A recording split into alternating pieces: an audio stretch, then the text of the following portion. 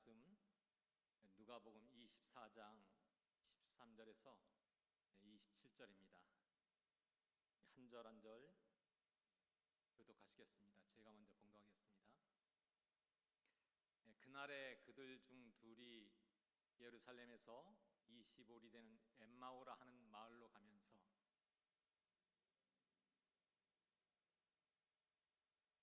그들이 서로 이야기하며 문의할 때 예수께서 가까이 이르러 그들과 동행하시나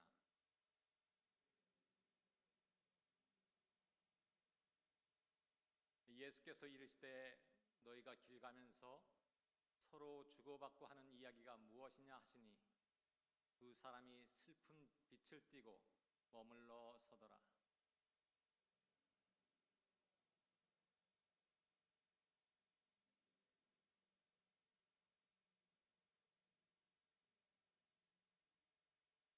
이르시되 무슨 일이냐 이르되 나사렛 예수의 일이니 그는 하나님과 모든 백성 앞에서 말과 일에 능하신 선지자이거늘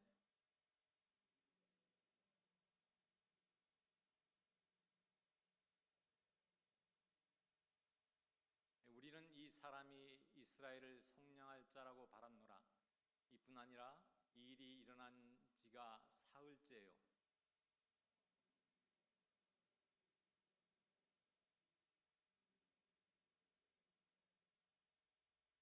그의 시체는 보지 못하고 와서 그가 살아나셨다 하는 천사들의 나타남을 보았다 함이라.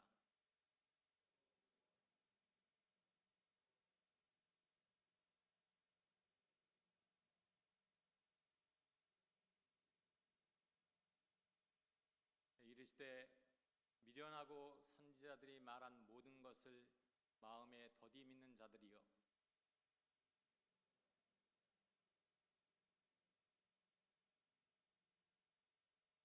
27절 다 같이 봉독하시겠습니다. 이에 모세와 모든 선지자의 글로 시작하여 모든 성경에 쓴 바 자기에 관한 것을 자세히 설명하시니라.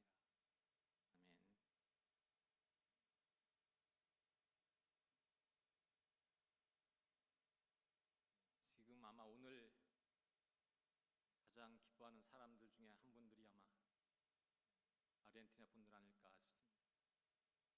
우리가 더 그들의 기뻐하는 것은 한시적이고요, 제한적이지만 우리가 이 예배의 기쁨, 예수님 만나는 기쁨, 예수님 알게 되는 기쁨이 충만한 시간 되기를 축원합니다.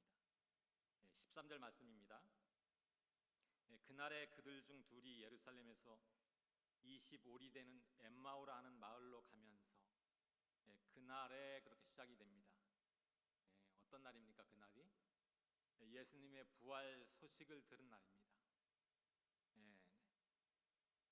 예루살렘에서 그들이 예수님의 부활 소식을 들었음에도 불구하고 부활의 현장인 그 예루살렘을 떠나서 엠마오라 하는 예루살렘에서 25리나 떨어져 있는 엠마오라는 그 마을로 가는 두 제자의 이야기입니다.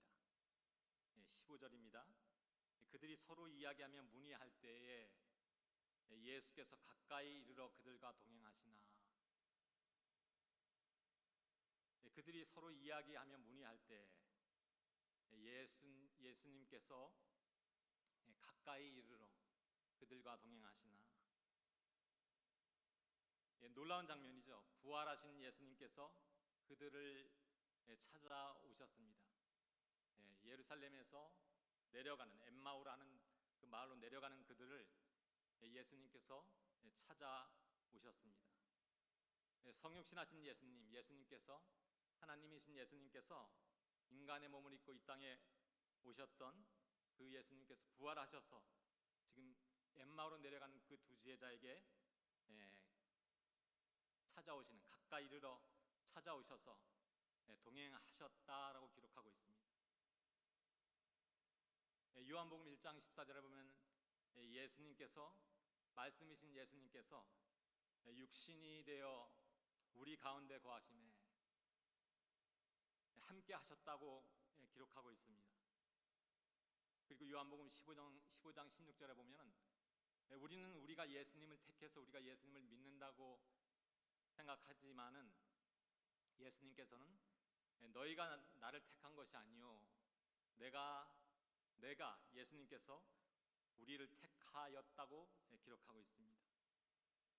그들과 동행하시는 그 예수님, 그들이 부활의 현장 예루살렘을 떠나서 25일이나 되는 그 길로 멀어지고 있는 그들에게 예수님께서 직접 찾아오셔서 동행하시는 그 예수님의 마음, 그 마음은 뭘까요? 성경에 보면은 예수님과 동행했던 대표적 인물이 에녹입니다. 에녹이 예수님과 동행을 했고 그가 죽음을 보지 않고 옮겨지게 되지요. 동행한다. 동행의 의도는 무엇일까요? 동행하게 되면서 우리가 교제하게 되면서 같이 시간을 보내게 되면서 성도님들의 관계에서 어떤 변화가 오게 될까요? 에녹은 어떤 변화가 왔을까요? 예수님과 동행하면서 예수님을 많이 알아갔을 것 같아요. 예수님을 알아가는 것, 하나님을 알아가는 것, 이것이 성도의 동기가 되어야 한다고 많은 목회자들은 강조합니다. 예수님을 알아가는 것, 우리가 새벽에 예배드리고 또 이 저녁에 나와서 또 예배드리는 이 열심히 있는 여러분, 그 동기가 뭘까요? 예수님을 알아가고자 하는 그 마음. 그러니까 우리가 이 땅을 떠나는 그날까지도 육신이 연약한다 할지라도 포기할 수 없는 것, 나를 사랑하시는 예수님, 그 예수님에 대해서 더욱더 알아가는 것, 그것이 동기가 되어야 한다고 강조합니다. 동행한다, 동행했을 때 하나됨, 닮아가겠죠. 하나됨. 예수님도 요한복음 17장에 중보기도 하실 때, 교회를 위해서 중보기도 하실 때 하나됨에 대해서 기도하십니다. 삼위일체 하나님, 그 존재 자체가 우리에게 주시는 강력한 메시지도 하나됨. 교회의 건강도 하나 되느냐, 예수님과 하나 되느냐, 예수님 안에서 하나 되느냐. 그리고 중요한 신앙생활의 중요한 특징 중에 우리가 많이 간과하는 부분이 있는 것 같아요. 하나됨, 하나님과 하나됨. 하나님의 큰 특징 중에 삼일체 하나님, 그 하나님의 큰 특징 중에 하나님은 하나님을 기뻐하신다는 거죠. 삼일체 하나님은 하나님을 기뻐하신다는 거죠. 지금 이 상황도 지금 엠마오로 내려가는 그 두 제자, 부활의 현장에서 밑으로 내려가고 있는 그 두 제자를 부활하신 예수님께서 찾아오셔서 그들과 동행하시는 이 상황, 얼마나 복된 상황이고 얼마나 행복한 상황이고 얼마나 기쁜 상황일까요? 오늘 새벽의 말씀처럼 오 깊도다 라는 탄식이 나왔던 그 감동이 나왔던 것처럼 할렐루야라는 그 찬양이 터지는 그런 상황인 거죠. 그런 기쁨의 상황, 감격의 상황인 거죠. 그런데 16절에 보면요, 그들의 눈이 가려져서 그분을 알아보지 못하더라. 예수님께서 동행하시는데 그들의 눈이 가려져서 그인 줄을 알아보지 못하거늘, 부활하신 예수님께서 자기들을 찾아와서 자기들과 동행하는데 이 두 제자가 예수님을 알아보지를 못합니다. 왜요? 그들의 눈이 가려졌다. 요한복음 1장 11절에도 그분께서 자기 백성에게 오셨는데 자기 백성들이 그분을 받아들이지 아니하였더라. 어떻게 보면 못한 거죠. 왜냐하면 그들의 눈이 가려져 있기 때문에.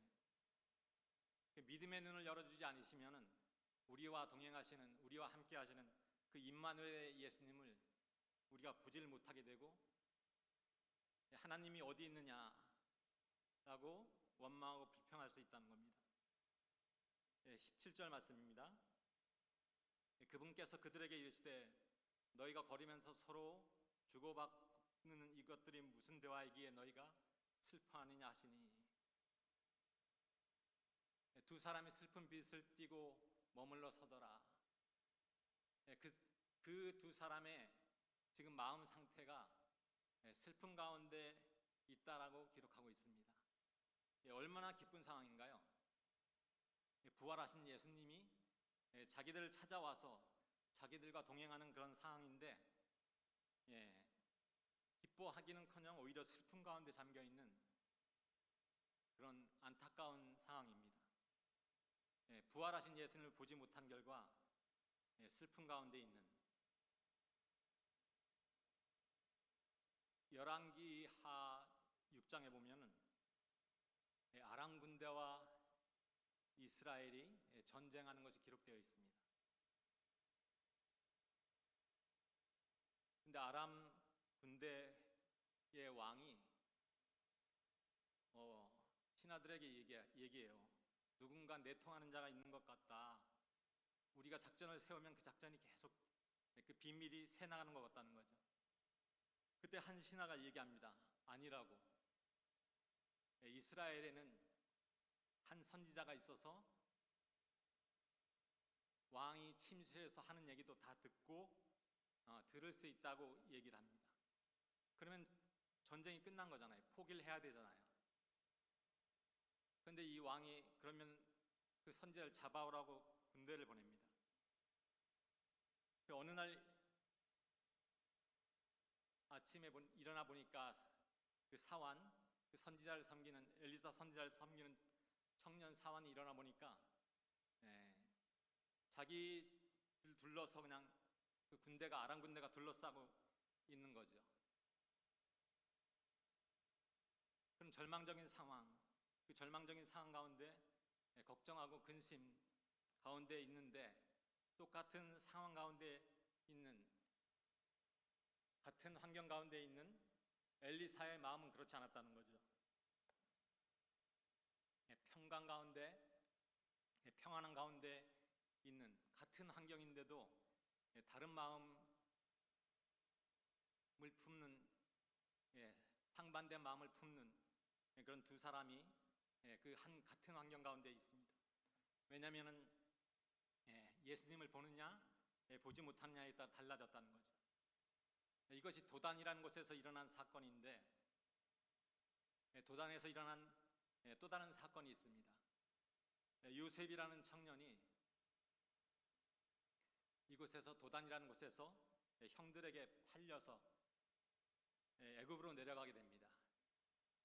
그 요셉의 삶을 요약하면은 계속해서 성경에서 강조하는 것은 형통했다, 형통했다. 하나님이 함께 하심으로 말미암아 형통했다라고 기록을 합니다. 그가 하나님이 함께 하심으로 말미암아 계속해서 형통한 삶을 살게 되지만은 그가 보기에 이것은 아니다라고 생각하는 그런 상황을 맞닥뜨리게 됩니다. 하나님의 말씀대로 그 유혹, 성적인 유혹을 뿌리쳤음에도 불구하고 오히려 그가 감옥에 갇히게 되죠. 감옥에 갇혔을 때 하나님께서 두 사람을 붙여주셨습니다. 술 맡은 관원장과 떡 맡은 관원장, 그들의 꿈을 해몽을 해주게 됩니다. 그 술 맡은 관원장의 꿈을 해몽하면서 요셉이, 하나님이 함께 하심으로 말미암아 형통한 삶을 사는 요셉이 그 관원장에게 한 이야기입니다. 창세기 40장 14절 말씀입니다. 오직 당신이 잘 되시거든 나를 생각하고 원하건대 내게 친절을 베푸사 내 일을 바라오께 구하고 이 집에서 나를 빼내주소서. 하나님께서 함께 하심으로 말미암아 형통했음에도 불구하고 감옥에 감옥에 자기의 생각과는 다르게 감옥에 있게 되자 하나님께 기도 부탁을 하는 것도 아니고 바로에게 이야기해서 여기서 나를 꺼내달라는 겁니다. 나는 억울하게 이곳에 있다는 거죠. 팩트는 맞죠. 그러나 예수님을 보지 못하자, 하나님의 함께하심을 보지 못하자 세상적인 판단을 내리게 됩니다. 18절 말씀입니다. 그 중에 한 사람 곧 글로바라 하는 이름을 가진 자가 대답하여 그분께 이르되 당신은 예루살렘에서 단지 나그네로 있기에 요즘 거기서 일어난 일들을 알지 못하느냐.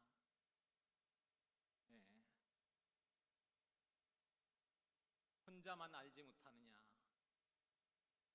여러분, 이 부분을 잠깐 묵상해 본다면요, 지금 글로바라 하는 자가 예수님께 하는 이야기입니다. 당신이 예루살렘에 체류하면서도 요즘 거기서 된 일을 혼자만 알지 못하느냐. 이게 수히 우리의 모습일 수도 있다는 것입니다. 나는 안다, 나는 안다. 그 상황에 대해서 안다는 거죠. 그런데 예수님을 책망하는 겁니다. 슬픔 가운데 있었고요, 슬픔에 더 나아가서 당신은 알지 못하느냐, 혼자만 알지 못하느냐라고 오히려 예수님을 책망합니다. 저희들이 많이 묵상하는 성경 구절 중에 한 구절, 예레미야서 29장 11절에 보면 하나님께서 이 말씀을 하십니다. 여호와가 말하노라, 너희를 향한 나의 생각을 내가 아나니 재앙이 아니라 곧 평안이요 너희 장래에 소망을 주려 하는 생각이라. 하나님께서 아신다는 거죠. 하나님의 생각을, 우리를 향한 하나님의 생각을. 재앙이 아니라는 겁니다. 평안이고 너희 장래에 소망을 주려 하는 생각이라. 이것이 어떤 구체적으로 무엇이냐? 그 앞절 10절에 보면 이렇게 기록되어 있습니다. 주가 이같이 말하노라, 바벨론에서 70년이 찬 뒤에 내가 너희를 돌아보고 너희를 향한 나의 선한 말을 이행하여 너희를 이곳으로 돌아오게 하리니. 그러니까 너희를 향한 나의 생각을 내가 아나니 재앙이 아니라 평안이요 너희 장래에 소망을 주려 하는 생각이라. 이게 구체적으로 무엇이냐? 예루살렘으로의 회복이라는 것입니다. 그런데 이 말씀을 누구에게 했느냐? 4절에 보시면은 나 만군의 주 곧 이스라엘의 하나님이 예루살렘에서 바벨론으로 포로가 되어 끌려가게 하므로, 나 만군의 주 곧 이스라엘의 하나님이 예루살렘에서 바벨론으로 포로가 되어 끌려가게 하므로 포로로 끌려간 모든 자에게 이같이 말하노라. 하나님께서 그들을 포로로 잡혀가게 하셨다고 말씀하시고, 예레미야 선지자도 가라고, 하나님께서 하시는 일이 가라고 얘기했습니다. 자기 생각을 내려놓고 포로로 끌려간 그 모든 자에게, 그 포로로 끌려간, 바벨론의 포로로 끌려간 자들에게 주시는 말씀이, 나 여호와가 말하노라, 너희를 향한 나의 생각을 내가 아나니 재앙이 아니라 곧 평안이요 너의 장래에 소망을 주려 하는 생각이라. 정말 전혀 이해할 수 없는 그 놀라운 소망의 말씀을 포로로 끌려간 그들에게 하셨다는 말씀입니다. 25절 말씀입니다. 이에 그분께서 그들에게 이르시되 오 어리석고 대언자들의 말한 모든 것을 마음에 더디 믿는 자들이여. 예수님께서 책망하셨어요. 이 두 사람을 미련하다고 책망하세요. 선지자들이 말한 모든 것을 마음에 더디 믿는 자들이여. 분명히 이 두 사람은 예수님을 사랑하는 사람이었습니다. 그런데 예수님께 책망하세요. 미련하다고 책망하세요. 그런데 감사하게도 믿음이 없다고 말씀하지 아니하시고 마음에 더디 믿는 자들이여, 선지자들이 말한 모든 것을 마음에 더디 믿는 자들이여 책망을 하십니다. 그런데 책망에서 끝나는 것이 아니라 26절에 보면은 그리스도가 이런 고난을 받고 자기의 영광에 들어가야 할 것이 아니냐 하시고, 책망에서 끝나지 아니하시고 책망은 하셨지만 그 다음에 풀어주십니다. 성경에 풀어주시고 일어나야 될 일에 대해서 말씀하시죠. 그리스도가 이런 고난을 받고 자기의 영광에 들어가야 할 것이 아니냐. 그러니까 선지자들이 계속, 구약의 그 선지자들이 계속 이것에 대해서 말씀했다는 거죠. 우리가 성경을 볼 때마다 가장 먼저 봐야 되는 성경 구절이 요한복음 5장 39절입니다. 예수님에 대해서 이야기하고 있다는 거죠, 성경이. 그런데 구체적으로 뭐냐? 그리스도께서 이런 고난을 당하고 자기의 영광에 들어가야 함, 그 부분을 계속해서 설명해 놓으셨다는 것입니다. 그 책망에서 끝이지 아니하시고 풀어주십니다. 이런 일들로 고난을 당하시고, 죄 없는 예수님께서 우리의 죄를 대신해서 고난을 당하시는 거죠. 죄는 내가 졌는데 예수님께서 대가를 치르시고, 그 대가 고난을 겪으시고 영광에 들어가신 예수님. 고난, 어떻게 보면 무력함을 느끼는 시간입니다. 특별히 이제 내일 멕시코 선교가 시작이 되는데, 선교지에 가게 되면은 언어의 한계에서 오는, 스페인시를 하지 못하는 분들은 언어의 한계에서 오는 무력감, 어떻게 보면 고난이죠.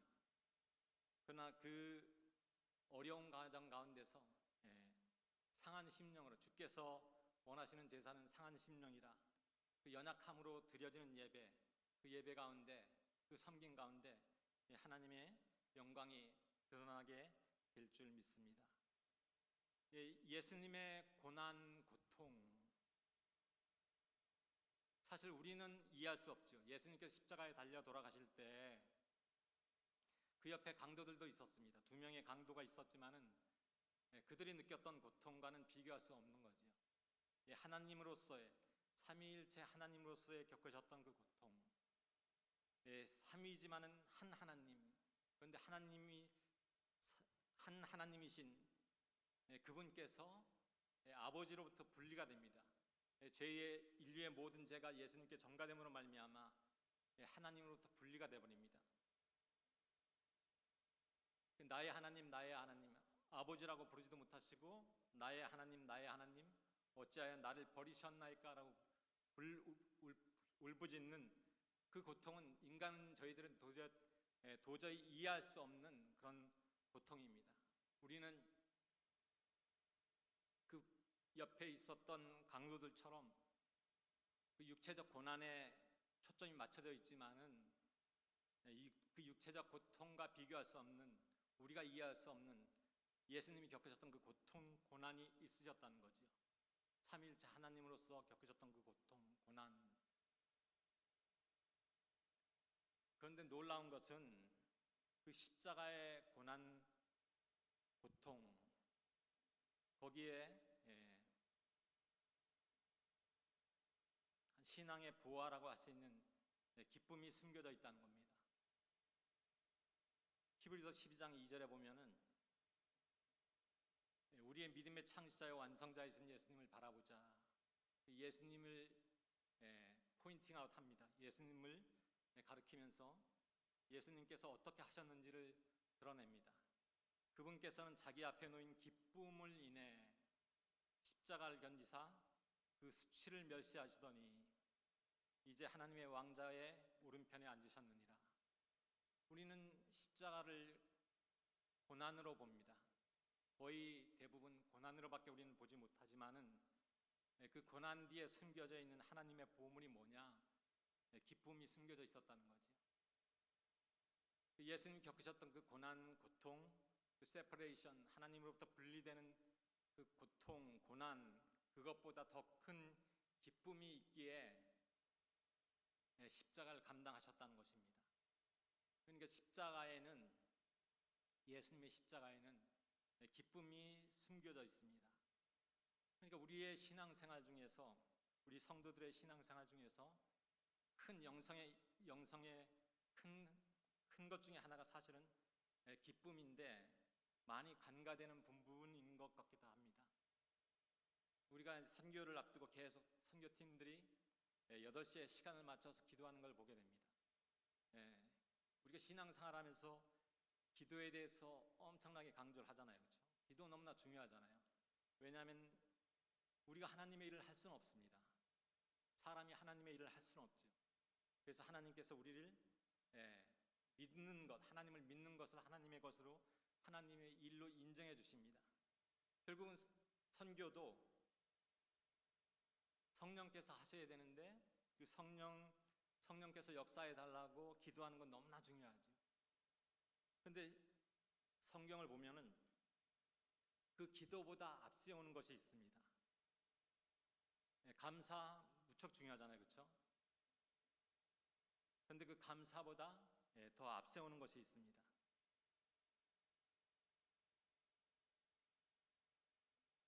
쉬지 말고 기도하라. 그 앞에 보면은 데살로니가전서 5장 16절, 17절, 18절 기도와 감사보다 앞서서 강조되는 것이 기쁨입니다. 항상 기뻐하라. 항상 기뻐하라. 쉬지 말고 기도하라. 범사에 감사하라. 기쁨에 대해서 가장 앞세우고 있습니다. 십자가에 숨겨진 보화, 사실 그 보화, 기쁨이 숨겨져 있는 거죠. 근데 이 보화를 발견한 한 청년이 있었습니다. 청년 윤동주는 그 십자가라는 시에서 십자가를 고난으로 푸는 것이 아니라 기쁨으로, 행복으로 풀어버립니다. 행복했던 예수 그리스도에게처럼 나에게도 십자가 허락된다면 모가지를 들이우고 죽어도 좋으련만. 정말 이 십자가라는 시처럼 청년 윤동주는 후쿠오카 감옥에서 그렇게 죽어갑니다. 여러분, 쉬지 않고 기도하는 거 쉽지 않죠. 우리는 누구나 기쁨이 있는 곳을 향해서 달려가게 되어 있습니다. 여러분, 왜 많은 사람들이, 지금 한국도 안전지대는 아닌 것 같아요. 그 마약의 문제, 왜 그렇게 중독에 빠져버리게 될까요? 기쁨이 있기 때문이죠. 거기에 우리가 항상 기뻐하는 것, 이 기쁨이 이것이 가능해질 때 쉬지 않고 기도하는 것도 가능해지게 되겠죠.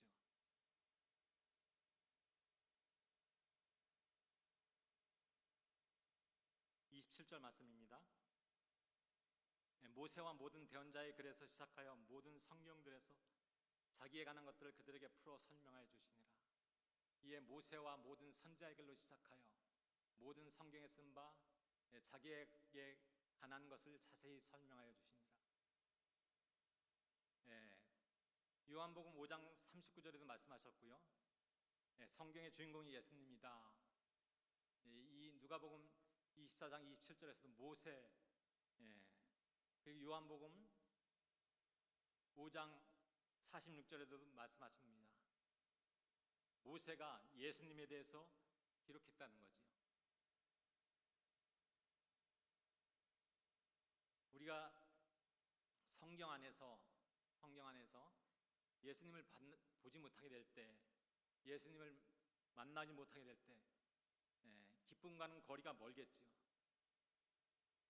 그러나 이 두 제자, 슬픔 가운데 절망 가운데 있었던 이 두 제자에게 예수님께서 찾아오셔서, 부활하신 예수님께서 찾아오셔서 성경을 풀어주셨습니다. 성경을 풀어주시면서 예수님에 대해서 그 성경 안에 기록된 모세의 선지서를 통해서 예수님에 대해서 풀어주게 되자 이들의 마음이 뜨거웠다고 이들이 고백을 하게 됩니다.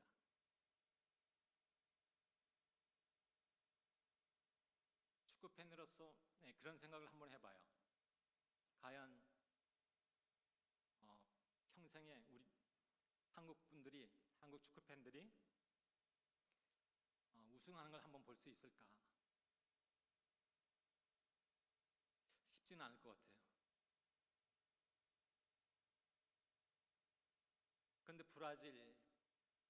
브라질 일본과 하면서, 일본과 경기가 끝나고 나서 일본이 도발을 하자 한 선수가 일본 팬들에게 손가락 5개를 딱 보이더라고요. 우리 5번 우승한 팀이라는 거죠. 그러니까 우리 무시하지 말라는 거죠. 리스펙트하라고. 한 번도 아니고 5번 우승한 팀입니다. 그런데 이번에 16강에서 그 경기 결과가 그렇게 나오게 되자 TV를 부숴버리고요. TV를 갖다 버리더라고요. 어떤 할머니 팬은 유니폼을 벗어버리더라고요. 5번이나 우승했는데도 저희는 지금 일평생 한 번만 우승해도 좋을 것 같은 그 우승인데 그들이 5번 우승했음에도 불구하고 기쁨이 없더라는 거죠. 세상은 그렇습니다. 세상은 아마 결승전을까지 가면서 결국 최종적으로는 한 팀만 기뻐하게 되겠죠. 그것도 시간이 지나면 그 기쁨 사라질 겁니다. 기뻐하라. 성경에서 기뻐하라고 말씀하지 않으셨어요. 항상 기뻐하라. 기뻐하는 건 세상 사람도 합니다. 그런데 항상이란 그 부사가 붙음으로 말미암아 이것이 신앙의 차원으로 바뀌게 되죠. 항상입니다. 항상. 누가복음 10장 20절에 그 말씀이 있습니다. 선교 보고하는 제자들에게 예수님께서 그 말씀을 하세요. 그럼에도 불구하고 그 영들이 너에게 굴복하는 이 일로 기뻐하지 말고 어떤 이벤트, 사건으로 기뻐하지 말라는 겁니다. 사단이 쫓겨나가는 그것을 보고했음에도 불구하고 그것이 얼마나 기뻐할 일입니까? 그런데 기뻐하지 말라는 거예요. 왜냐하면 어느 순간에 갔을 때는 제자들이 귀신을 쫓아내지 못합니다. 그러면서 예수님께서 이 말씀을 하세요. 오히려 너의 이름이 하늘에 기록되었으므로 기뻐하라. 그 예수님과의 관계 때문에 그 관계 때문에 기뻐하라는 것입니다. 여러분 5번이나 월드컵에서 우승한 그 백성들 얼마나 기뻐해야 될까요? 저희는 평생 지금 한 번도 우승할 가능성이 없는데 그 5번이나 우승했다면은 그렇죠? 계속 평생 그 평생냥 웃으면서 그것으로 인해서 기뻐해야 되는 것임에도 불구하고 현실은 세상은 그렇지 못하다는 거죠. 기준이 뭡니까? 기준이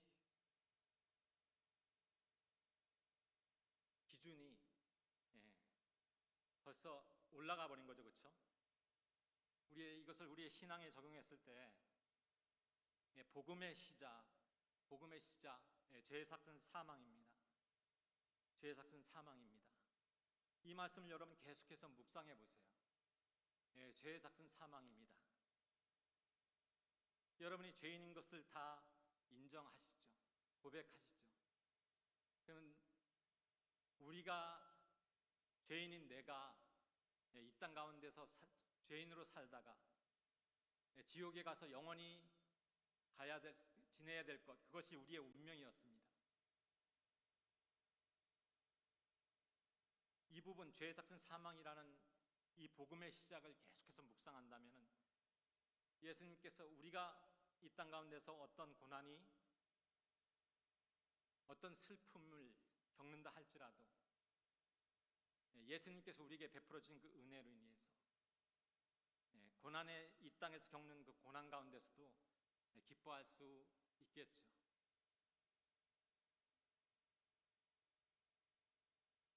사도 바울이 고린도 교회에 자기들의 정체성을 이야기합니다. 고린도후서 6장 10절에 보면은 근심하는 자 같으나 항상 기뻐하고, 근심하는 자 같으나 근심한 그런 상황들을 있다는 겁니다. 하나님께서 그 고난의 길,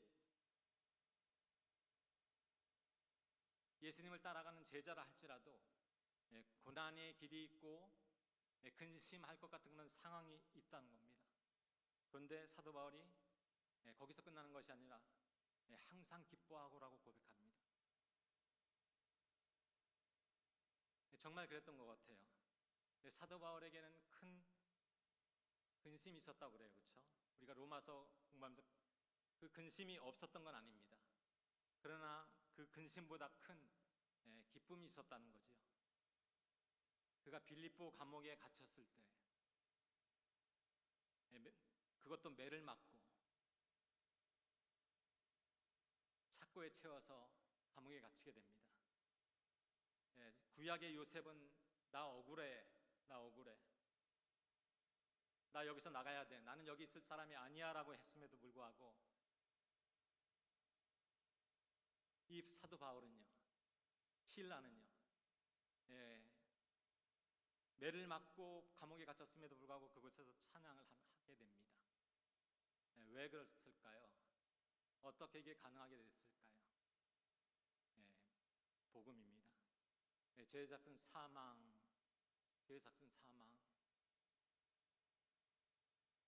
근데 나의 죄를 대신해서 예수님께서, 죄 없는 예수님께서 고난을 당하시고 저주를 받으셨고, 그 놀라운 구원을 생각했을 때, 그리고 그 놀라운 사랑의 복음, 은혜의 복음, 생명의 복음을 전하는 그릇으로 자기를 삼아준 것에 대해서, 교회를 핍박했던 자기를 하나님의 영광을 드러내는 그 도구로 삼아준 것에 대해서 자격 없는 자기들에게 부어주는 그 은혜로 인해서 오히려 하나님을 찬양하게 됩니다. 기쁨의 찬양을 하게 되는 거죠.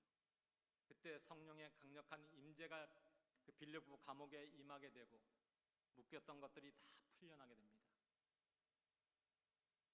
그럼 나가야 되잖아요, 그렇죠? 요셉은 바로에게 부탁해서 내보내달라고 했었는데 문이 열렸으면 나가야 되잖아요. 그런데 그 자리에 바울과 실라가 그대로 있었고요. 바울과 실라뿐만 아니라 같이 감옥에 갇혔던 죄수들도 그 자리에 그대로 있게 됩니다. 왜요? 왜 그 자리에 그렇게 모든 것이 풀렸는데도 그렇게 있었을까요? 좋은 거죠. 하나님의 임재로 인해서, 예수님의 동행하심으로 인해서 거기에 세상이 주지 못하는 기쁨이 있었던 거지요. 우리 교회가 내일이면은 이제 멕시코 선교로 나가게 됩니다. 저는 개인적으로 기도하면서 기쁨, 결국 선교라는 것이 복음을 전하는 것, 예수님을 전하는 것, 그때 일어나는 일들이 기쁨인 것 같아요. 근데 그 기쁨은 지금 아르헨티나 사람들이 느끼는 그런 기쁨이 아니라 환경을 뛰어넘는, 감옥에 갇혔을지라도 질병이라는 감옥, 경제적인 감옥, 인간관계의 감옥, 하나님께서 그런 고난을 통과케 하신다 할지라도 그 고난 가운데서 함께 하시는 그 예수님으로 인해서, 나와 동행하시는 예수님으로 인해서, 성령으로 함께 하시는 그 예수님으로 인해서 기뻐하는 그런 선교가 되었으면 하는 그런 소망을 주셨습니다. 그래서 기도하고 있습니다. 그렇게 될 줄 믿습니다. 우리 시간 잠깐 선교를 위해서 기도하는 그런 시간 가졌으면 좋겠습니다.